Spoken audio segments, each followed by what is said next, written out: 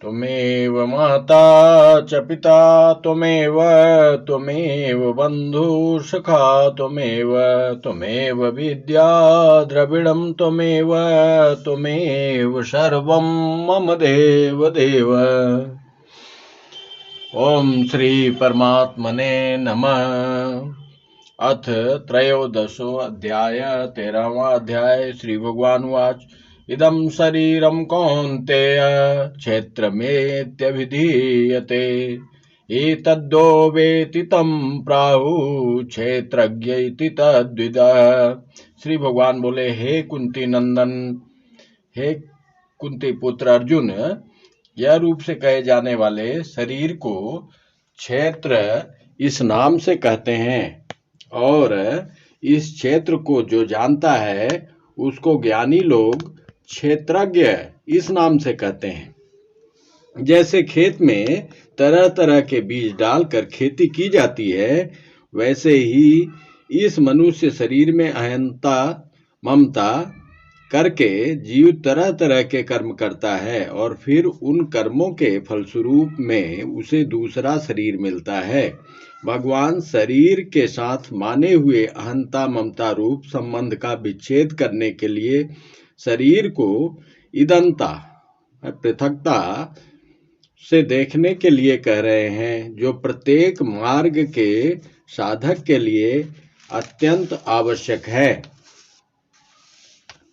अनंत ब्रह्मांडों में जितने भी शरीर हैं उनमें जीव स्वयं क्षेत्रज्ञ है और अनंत ब्रह्मांड क्षेत्र है। क्षेत्रज्ञ के एक अंश में अनंत ब्रह्मांड है। एन सर्वमिदं तत्तम गीता 2:17। साधक को जानना चाहिए कि मैं क्षेत्र नहीं प्रत्युत क्षेत्र को जानने वाला क्षेत्रज्ञ हूँ। एक ही चिन्मय तत्व सत्ता क्षेत्र के संबंध से क्षेत्रज्ञ, क्षर के संबंध से अक्षर, शरीर के संबंध से शरीरी, दृश्य के संबंध से दृष्टा, साक्ष्य के संबंध से साक्षी और करण के संबंध से कर्ता कहा जाता है। वास्तव में उस तत्व का कोई नाम नहीं है, वह केवल अनुभव रूप है। क्षेत्रज्ञं चापि मां विद्धि सर्वक्षेत्रेषु भारत क्षेत्र क्षेत्रज्ञयोर ज्ञानम यत् ज्ञानम मतम मम। हे भरतवंशोद्भव अर्जुन, तू संपूर्ण क्षेत्रों में क्षेत्रज्ञ मुझे ही समझ और क्षेत्र क्षेत्रज्ञ का जो ज्ञान है वही मेरे मत में ज्ञान है। व्याख्या। क्षेत्र शरीर की तो अनंत ब्रह्मांडों के साथ एकता है और क्षेत्रज्ञ जीवात्मा की अनंत अपार असीम ब्रह्म के साथ एकता है। तात्पर्य है कि क्षेत्रज्ञ और ब्रह्म एक ही हैं। एक क्षेत्र के संबंध से वही क्षेत्रज्ञ हैं और संपूर्ण क्षेत्रों के संबंध से रहित होने पर वही ब्रह्म है। ब्रह्म के लिए माम कहने का तात्पर्य है कि ब्रह्म और ईश्वर दो नहीं है प्रत्युत एक ही है। गीता 9:4। अनंत ब्रह्मांडों में जो निर्लिप्त रूप से सर्वत्र परिपूर्ण चिन्मय सत्ता है वह ब्रह्म है और जो अनंत ब्रह्मांडों का स्वामी है वह ईश्वर है। तत्क्षेत्रं यच्चयादक्ष यद्धिकार्यतश्चयत् स चयो यत्प्रभावस्य तस्मासेन मे शृणु। वह क्षेत्र जो है और जैसा है तथा जिन विकारों वाला है और जिससे जो पैदा हुआ है तथा वह क्षेत्रज्ञ जो भी जो है और जिस प्रभाव वाला है वह सब संक्षेप से मुझसे सुन। ऋषिभिर्बहुधा गीतं छन्दोभिर्विविधे पृथक् ब्रह्मसूत्रपदे चैव हेतुमद्विनिश्चिते। यह क्षेत्र क्षेत्रज्ञ का तत्व ऋषियों के द्वारा बहुत विस्तार से कहा गया है तथा वेदों की ऋचाओं द्वारा बहुत प्रकार से विभाग पूर्वक कहा गया है और युक्त युक्त एवं निश्चित किए हुए ब्रह्म सूत्र के पदों द्वारा भी कहा गया है। महाभूतान्यहंकारो बुद्धिर्व्यक्तमेव च इंद्रियाणि दशैकं च पच्य चेन्द्रिय गोचरा। मूल प्रकृति और समष्टि बुद्धि, महतत्व, समष्टि अहंकार, 5 महाभूत और 10 इंद्रिया, एक मन तथा 5 इंद्रियों के 5 विषय, यही 24 तत्वों वाला क्षेत्र है। व्याख्या: 5 महाभूत, 1 अहंकार और 1 बुद्धि, ये 7 प्रकृति विकृत है। मूल प्रकृति केवल प्रकृति है और 10 इंद्रियां, 1 मन और 5 ज्ञानेंद्रियों के विषय, ये 16 केवल विकृत हैं। इस तरह इन 24 तत्वों के समुदाय का नाम क्षेत्र है। इसी का एक तुच्छ अंश यह मनुष्य शरीर है। इच्छा द्वेष सुखम दुखम संगाश्चेतना धृति ये क्षेत्रम समासेन सविकार मुदाहृतम। इच्छा द्वेष सुख दुख संघात शरीर चेतना प्राण शक्ति और धृति, इन विकारों सहित यह क्षेत्र संक्षेप से कहा गया है।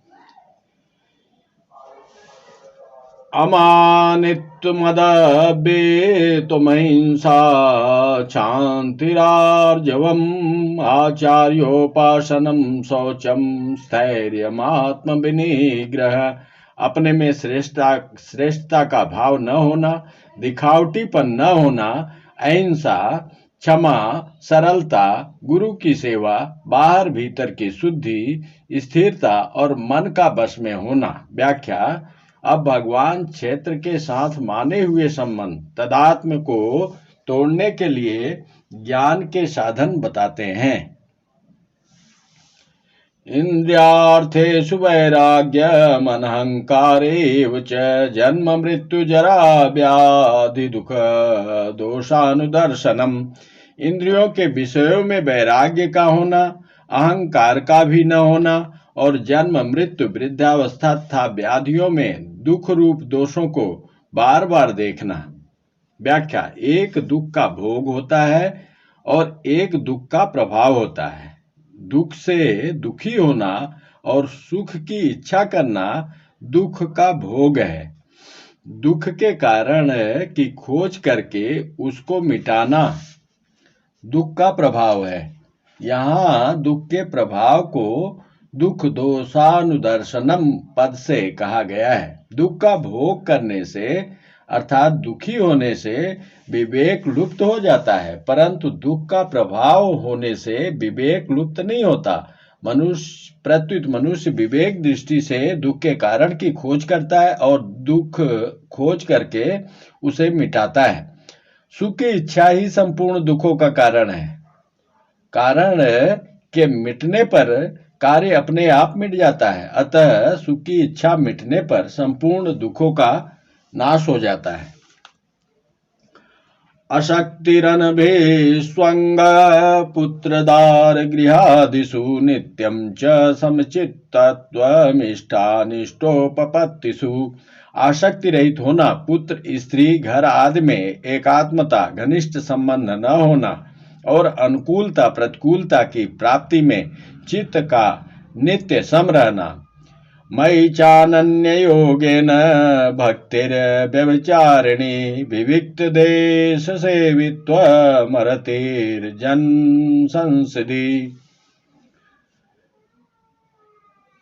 मुझ में अनन्य योग के द्वारा अव्यभिचारिणी भक्ति का होना, एकांत स्थान में रहने का स्वभाव होना और जन समुदाय में प्रीति का न होना। अध्यात्म ज्ञान नित्यत्वं तत्व ज्ञानार्थ दर्शनम एतद् ज्ञानमिति प्रोक्तम ज्ञानम यद्यतोऽन्यथा। अध्यात्म ज्ञान में नित्य निरंतर रहना, तत्व ज्ञान के अर्थ रूप परमात्मा को सब जगह देखना, यह पूर्वोक्त 20 साधन समुदाय तो ज्ञान है और जो इसके विपरीत है वह ज्ञान है, ऐसा कहा गया है। ज्ञेयं यत् प्रवक्ष्यामि यज्ञात्वामृतमश्नुते अनादिमत् परमं ब्रह्म न सत्ता न सदुच्यते। जो ज्ञेय प्रयुक्त ज्ञान से जानने योग्य है उस परमात्म तत्व को मैं अच्छी तरह से कहूंगा, जिसको जानकर मनुष्य अमरता का अनुभव कर लेता है। वह ज्ञेय तत्व अनादि वाला है और परम ब्रह्म है। उसको न सत कहा जा सकता है और न असत कहा जा सकता है। सर्वतः पाणिपादं तत्सर्वतोच्छिशिरो मुखं सर्वतः श्रुतिमल्लोके सर्वमावृत्य तिष्ठति। वे परमात्मा सब जगह हाथों और पैरों वाले, सब जगह नेत्रों, सिरों और मुखों वाले तथा सब जगह कानों वाले हैं। वे संसार में सबको व्याप्त करके स्थित है। व्याख्या: भगवान सभी अवयवों से सभी क्रियाएं कर सकते हैं, क्योंकि उनके सभी अवयवों में सभी अवयव विद्यमान हैं। उनके छोटे से छोटे अंश में भी सबकी सब इंद्रियां विद्यमान हैं। उसमें सब जगह सब कुछ है। सर्व सर्वात्मकम। योग दर्शन व्यास भाष्य विभूति 14।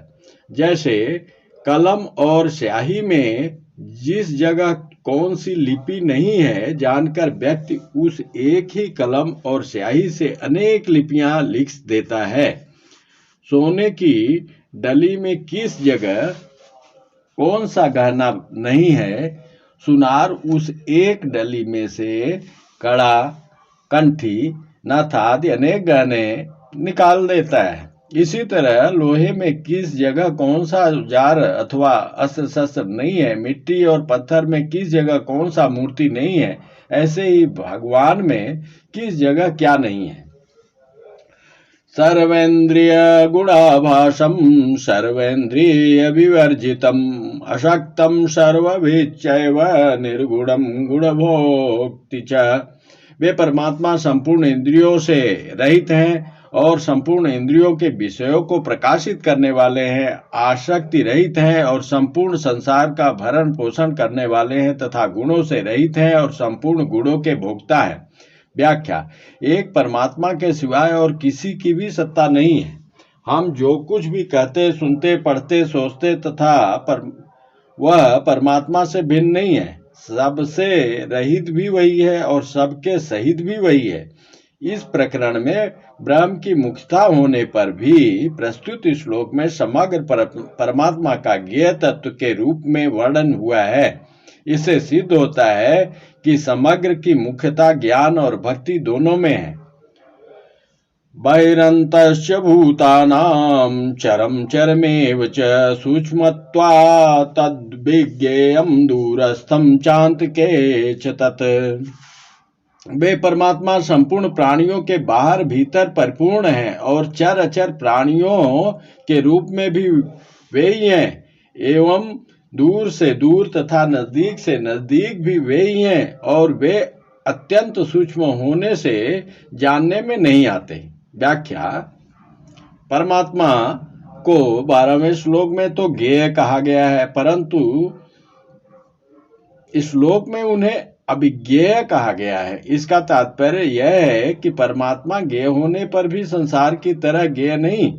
जैसे संसार इंद्रियां मन बुद्धि से जाना जाता है, ऐसे परमात्मा इंद्रियां मन बुद्धि से नहीं जाने जाते। इंद्रियां मन बुद्धि प्रकृति के कार्य हैं। प्रकृति का कार्य प्रकृति को भी पूरा नहीं जान सकता। फिर प्रकृति से अतीत परमात्मा को जान ही कैसे सकता है। परमात्मा को तो मानकर स्वीकार करना पड़ता है, क्योंकि स्वीकृति स्वयं में होती है।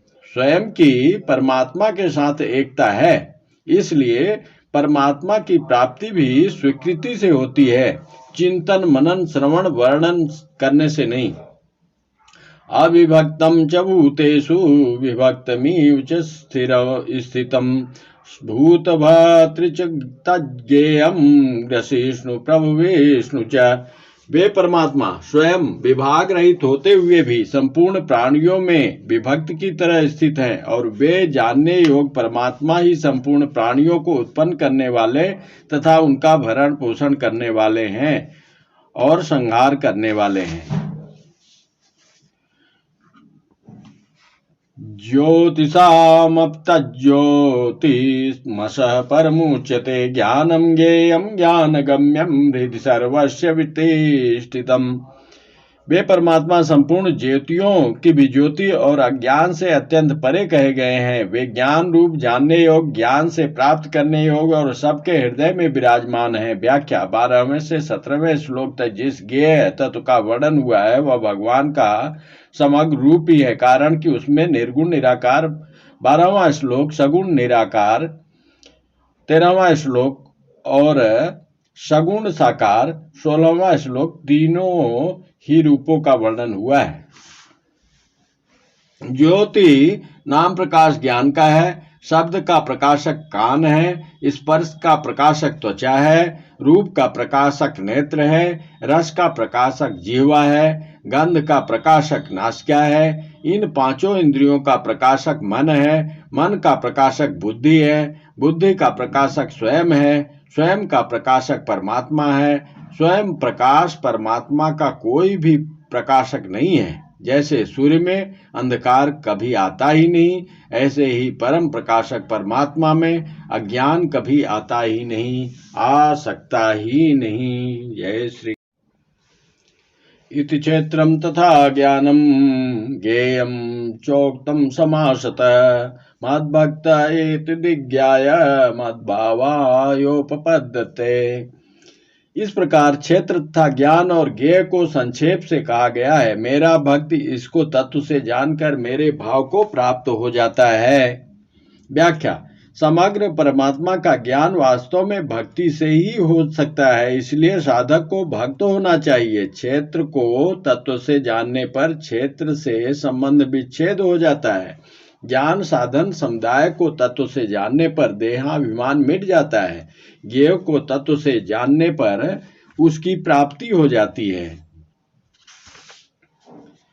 प्रकृतिं पुरुषं चैव विद्यनादिभावपि विकारांश गुणाश्चैव विद्धि प्रकृति संभवान् कार्यकरण कर्तृत्वे हेतु प्रकृतिरुच्यते पुरुष सुख दुखानां भोक्तृत्वे हेतुरुच्यते। प्रकृति और पुरुष दोनों को ही तुम अनादि समझो और विकारों को तथा गुणों को भी प्रकृति से उत्पन्न समझो। कार्य और करण के द्वारा होने वाली क्रियाओं को उत्पन्न करने में प्रकृति हेतु कही जाती है और सुख दुखों के भोक्तापन में पुरुष हेतु कहा जाता है। व्याख्या भगवान क्षेत्र और क्षेत्रज्ञ के विभाग का ही प्रकृति और पुरुष के नाम से पुनः वर्णन करते हैं। शरीर तथा संसार प्रकृति विभाग में और आत्मा तथा परमात्मा पुरुष विभाग में है। जैसे प्रकृति और पुरुष अनादि है, ऐसे ही इसके भेद का ज्ञान अर्थात विवेक भी अनादि है। तब विवेक दृष्टि से देखें तो ये दोनों विभाग एक दूसरे के बिल्कुल असंबद्ध हैं। जय श्री कृष्ण। पुरुष प्रकृति ततो हि भुंक्ते प्रकृतिजान् गुणान् कारणं गुण संगोष्य सद सद्दो निजन्मसु। प्रकृति में स्थित पुरुष जीव ही प्रकृति जन्य गुणों का भोक्ता बनता है और गुणों का संग ही इसके ऊंच नीच योनियों में जन्म लेने का कारण बनता है। व्याख्या मैं जड़ प्रकृति है और हूँ चेतन पुरुष है। मैं हूँ यह जड़ चेतन का तदात्म है। इस मैं हूँ में ही कर्तापन तथा भोक्तापन रहता है। यदि साधक मैं को मिटा दे तो हूँ नहीं रहेगा, प्रत्युत है रहेगा। जैसे लोहे और अग्नि में तदात्म न रहने से लोहा पृथ्वी पर ही रह जाता है और अग्नि निराकार अग्नि तत्व में लीन हो जाती है।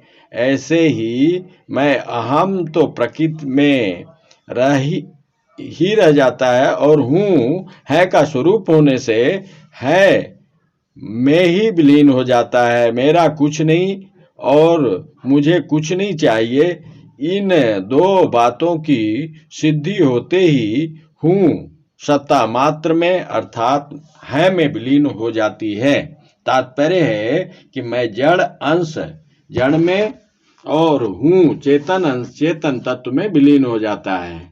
इस प्रकार जड़ चेतन की ग्रंथि छूट जाती है और फिर एक है सत्ता मात्र के सिवाय कुछ नहीं रहता है में कर्तापन और भोक्तापन नहीं है। तात्पर्य है कि भोगों में हूँ खींचता है नहीं खींचता, हूँ ही कर्ता भोक्ता बनता है कर्ता भोक्ता नहीं बनता। अतः साधक हूँ को न मानकर है को ही माने अर्थात अनुभव करे। उपद्रष्टा अनुमंता च भर्ता भोक्ता महेश्वर परमाप्नेति चायुक्तो देहेस्मिन् पुरुष पर। यह पुरुष शरीर के साथ संबंध रखने से उपद्रष्टा, उसके साथ मिलकर सम्मति अनुमति देने से अनुमंता, अपने को उसका भरण पोषण करने वाला मानने से भर्ता, उसके संग से सुख दुख भोगने से भोक्ता और अपने को उसका स्वामी मानने से महेश्वर बन जाता है। परंतु स्वरूप से यह पुरुष परमात्मा इस नाम से कहा जाता है। यह इस देह में रहता हुआ भी देह से पर सर्वथा संबंध रहित ही है। वास्तव में पुरुष चेतन पर ही है, पर अन्य के संबंध से वह उपद्रष्टा अनुमंता आदि बन जाता है। जैसे पुरुष पुत्र के संबंध से पिता, माता के संबंध से पुत्र, पत्नी के संबंध से पति, बहन के संबंध से भाई आदि बन जाता है। ये संबंध अपने कर्तव्य का पालन करने के लिए ही है, ममता करने के लिए नहीं। वास्तव में वास्तविक स्वरूप तो पर अर्थात सर्वथा संबंध रहित ही है। यहाँ उपद्रष्टा अनुमंता आदि अनेक उपाधियों का तात्पर्य एकता में है कि चेतन तत्व वास्तव में एक ही है। यैवं वेत्ति पुरुषं प्रकृतिं च गुणे सर्वथा वर्तमानोऽपि न स भूयोऽभिजायते। इस प्रकार पुरुष को और गुणों के सहित प्रकृति को जो मनुष्य अलग अलग जानता है, वह सब तरह का बर्ताव करता हुआ भी फिर जन्म नहीं लेता। व्याख्या: जो साधक पुरुष लोक में आए देहेस्मिन् पुरुषः पर के अनुसार अपने को देह से सर्वथा असंग अनुभव कर लेता है, वह अपने को वर्ण आश्रम आदि के अनुसार समस्त कर्तव्य कर्म करते हुए भी पुनर्जन्म को प्राप्त नहीं होता, क्योंकि पुनर्जन्म होने में गुणों का ही संग ही कारण है। गीता 13 की जैसे छाछ से निकला हुआ मक्खन पुनः छाछ में मिलकर दही नहीं बनता, ऐसे ही प्रकृति जन्य गुणों से संबंध विच्छेद होने पर मनुष्य पुनः गुणों से नहीं बचता। गीता 4:35। ध्यानेनात्मनि पश्यन्ति केचिदात्मानमात्मना अन्ये सांख्येन योगेन कर्मयोगेन चापरे। कई मनुष्य ध्यान योग के द्वारा, कई सांख्य योग के द्वारा और कई कर्मयोग के द्वारा अपने आप में परमात्म तत्व का अनुभव करते हैं। अन्ये त्वेवमजानन्त श्रुत्वान्येभ्य उपासते तेऽपि चातितरन्त्येव मृत्युं श्रुतिपरायणा। दूसरे मनुष्य इस प्रकार ध्यान योग, सांख्य योग, कर्मयोग आदि साधनों को नहीं जानते, पर दूसरे से जीवन मुक्त महापुरुषों से सुनकर भी उपासना करते हैं। ऐसे वे सुनने के अनुसार आचरण करने वाले मनुष्य भी मृत्यु को तर जाते हैं। व्याख्या: जिन मनुष्यों में शास्त्रों को तथा उनमें वर्णित साधनों को समझने की योग्यता नहीं है, जिनका विवेक कमजोर है, पर जिनके भीतर मृत्यु से तरने मुक्ति की उत्कंठ अभिलाषा है, ऐसे मनुष्य भी जीवन मुक्त संत महात्माओं की आज्ञा का पालन करके मृत्यु को तर जाते हैं, अर्थात तत्व ज्ञान को प्राप्त कर लेते हैं। यावत् सज्जायते किश्चित् सत्वं स्थावर जंगमम् क्षेत्र क्षेत्रज्ञ संयोगा तद्विधि भरतर्षभ। हे भरतवंशियों में श्रेष्ठ अर्जुन, स्थावर और जंगम जितने भी प्राणी पैदा होते हैं, उनको तुम क्षेत्र और क्षेत्रज्ञ के संयोग से उत्पन्न हुए समझो। व्याख्या। चर अचर स्थावर जंगम आज जितने भी प्राणी हैं वे सब के सब क्षेत्र और क्षेत्रज्ञ के संबंध से ही पैदा होते हैं। क्षेत्रज्ञ प्रकृतिस्थ पुरुष शरीर को मैं, मेरा तथा मेरे लिए मान लेता है। यही क्षेत्र और क्षेत्रज्ञ का संयोग है। पूर्व पक्ष संयोग सजातीयता में ही होता है, फिर विजातीय क्षेत्र जड़ के साथ क्षेत्रज्ञ चेतन का संयोग कैसे संभव है? उत्तर पक्ष ठीक है, जैसे अंधकार और सूर्य का संयोग नहीं हो सकता, ऐसे ही क्षेत्र और क्षेत्रज्ञ का भी संयोग नहीं हो सकता। तथा परमात्मा का अंश होने के कारण क्षेत्रज्ञ जीव में यह शक्ति है कि वह विजातीय वस्तुओं को भी पकड़ सकता है, उसके साथ अपना संबंध मान सकता है। उसे यह स्वतंत्रता परमात्मा के द्वारा प्रदत्त है। इस स्वतंत्रता का दुरुपयोग करके ही क्षेत्रज्ञ ने संसार के साथ अपना संबंध मान लिया और जन्म मरण के चक्र में पड़ गया। गीता 13:21। समं सर्वेषु भूतेषु तिष्ठन्तं परमेश्वर विनश्यस्व विनश्यन्तं यः पश्यति स पश्यति। जो नष्ट होते हुए संपूर्ण प्राणियों में परमेश्वर को नाश रहित और समरूप से स्थित देखता है, वही वास्तव में सही देखता है। व्याख्या। जैसे आकाश में कभी सूर्य का प्रकाश फैल जाता है, कभी रात का अंधेरा छा जाता है, कभी धुआं छा जाता है, कभी बादल छा जाते हैं, कभी बिजली चमकती है, कभी वर्षा होती है, कभी ओले गिरते हैं, कभी गर्जना होती है, परंतु आकाश में कोई फर्क नहीं पड़ता। वह ज्यों का त्यों निर्विकार रहता है। इसी प्रकार सर्वत्र परिपूर्ण परमात्म सत्ता में कभी महासर्ग और महाप्रलय होता है, कभी सर्ग और प्रलय होता है, कभी जन्म और मृत्यु होती है, कभी अकाल पड़ता है, कभी बाढ़ आती है, कभी भूकंप आता है, कभी घमासान युद्ध होता है, परंतु सत्ता ज्यों की त्यों निर्लिप्त निर्विकार रहती है। बद्ध हो या मुक्त, पापी हो या धर्मात्मा, यह निर्विकार सत्ता दोनों में समान रूप में स्थित रहती है। समं पश्यन् सर्वत्र संवस्थितमीश्वरं न हीनस्यात्मनात्मानं ततो याति परां गतिम। क्योंकि सब जगह समरूप से स्थित ईश्वर को समरूप से देखने वाला मनुष्य अपने आप से अपनी हिंसा नहीं करता, इसलिए वह परम गति को प्राप्त हो जाता है। व्याख्या। जो मनुष्य स्थावर जंगम चर अचर आदि संपूर्ण प्राणियों में समान रूप से परिपूर्ण परमात्मा तत्व के साथ अपनी अभिन्नता का अनुभव करता है, वह अपने द्वारा अपनी हत्या नहीं करता। शरीर के जन्म मृत्यु रोग आदि विकारों को अपने विकार मानना ही अपने द्वारा अपनी हत्या करना अर्थात अपने को जन्म मृत्यु के चक्कर में डालना है। वास्तव में 27वें-28वें श्लोक में आत्मा का ही वर्णन है, परंतु परमेश्वर तथा ईश्वर नाम आने से इन श्लोकों की व्याख्या में परमात्मा का वर्णन किया गया है, क्योंकि आत्मा का परमात्मा से साधर्म्य है। गीता 13:22। प्रकृत्यैव च कर्माणि क्रियमाणानि सर्वश यः पश्यति तथात्मानं कर्तारं स पश्यति। जो संपूर्ण क्रियाओं को सब प्रकार से प्रकृति के द्वारा ही की जाती हुई देखता है और अपने आप को अकर्ता देखता है, अनुभव करता है, वही यथार्थ देखता है। व्याख्या।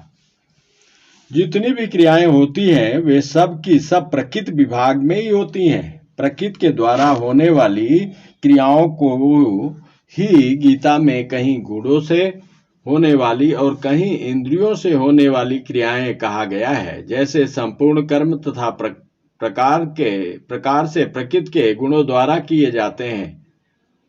गुण ही गुणों में बरत रहे हैं, गुणों के सिवाय अन्य कोई करता है ही नहीं। तात्पर्य है कि क्रिया मात्र प्रकृति जन्य है, अतः प्रकृति कभी किंचन मात्र भी अक्रिय नहीं होती और पुरुष में कभी किंचन मात्र भी क्रिया नहीं होती। यदा भूत पृथक भावा भावमेकस्थमनुपश्यति तथैव च विस्तारम ब्रह्म संपद्यते तदा।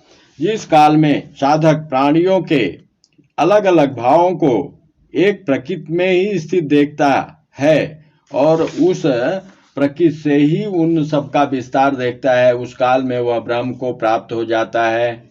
व्याख्या। सृष्टि के संपूर्ण प्राणियों के स्थूल सूक्ष्म तथा कारण शरीर एवं प्रकृति से ही उत्पन्न होते हैं, प्रकृति में ही स्थित रहते हैं और प्रकृति में ही लीन होते हैं। इस प्रकार देखने वाला ब्रह्म को प्राप्त हो जाता है, अर्थात प्रकृति से अति स्वतः सिद्ध अपने स्वरूप परमात्म तत्व को प्राप्त हो जाता है।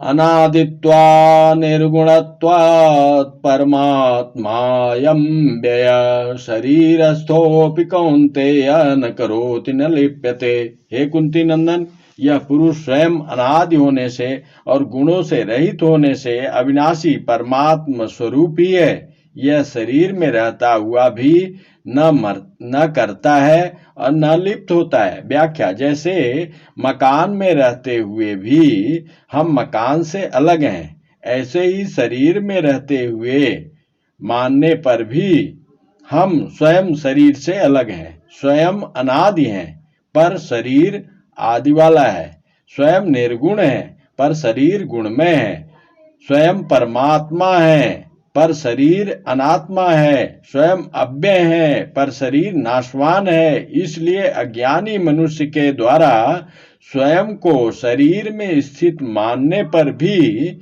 वास्तव में वह शरीर में स्थित नहीं है, अर्थात शरीर से सर्वथा असंबद्ध है।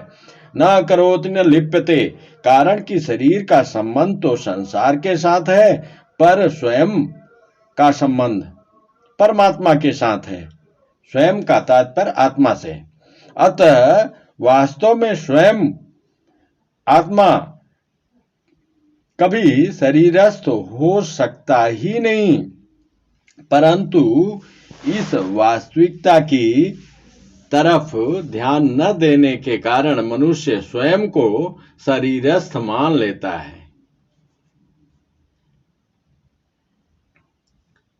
अतः कर्तृत्व भोक्तृत्व को मिटाना नहीं है, प्रत्युत इनको अपने में स्वीकार नहीं करना है, इनके अभाव का अनुभव करना है, क्योंकि वास्तव में ये अपने में है ही नहीं। इसलिए साधक को अपने में निरंतर अकर्तृत्व और अभोक्तातृत्व का अनुभव करना चाहिए। अपने में निरंतर अकर्तृत्व और अभोक्तृत्व का अनुभव होना ही जीवन मुक्ति है। यथा सर्वगतं क्षौम्यादाकाशं नोपलिप्यते सर्वत्रावस्थितो देहे तथात्मानोपलिप्यते। जैसे सब जगह व्याप्त आकाश अत्यंत सूक्ष्म होने से कहीं भी लिप्त नहीं होता, ऐसे ही सब जगह परिपूर्ण आत्मा किसी भी देह में लिप्त नहीं होता। जय श्री कृष्ण। जय श्री कृष्ण। यथा प्रकाशत्येक कृष्णं लोकमिमं रवि क्षेत्रं क्षेत्री तथा कृष्णं प्रकाशयति भारत।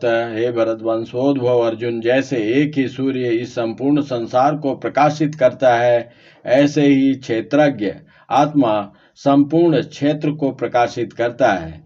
व्याख्या। जैसे सूर्य के प्रकाश में संपूर्ण शुभ अशुभ क्रियाएं होती हैं, सूर्य के प्रकाश में कोई वेद का पाठ करता है, कोई शिकार करता है, परंतु सूर्य को उन क्रियाओं का न पुण्य लगता है न पाप, कारण कि सूर्य उन क्रियाओं का न तो कर्ता बनता है न भोक्ता ही बनता है। इसी प्रकार आत्मा सर्वव्यापी सत्ता संपूर्ण शरीरों को सत्ता स्फूर्ति तो देता है, पर वास्तव में वह न तो कुछ करता है न लिप्त ही होता है। गीता 18:17। तात्पर्य है कि स्वयं में प्रकाश तत्व का अभिमान नहीं है, करने की जिम्मेवारी उसी पर होती है। जो कुछ कर सकता है, जैसे कितना ही चतुर चित्रकार हो, बिना सामग्री रंग ब्रश आदि के वह चित्र नहीं बना सकता।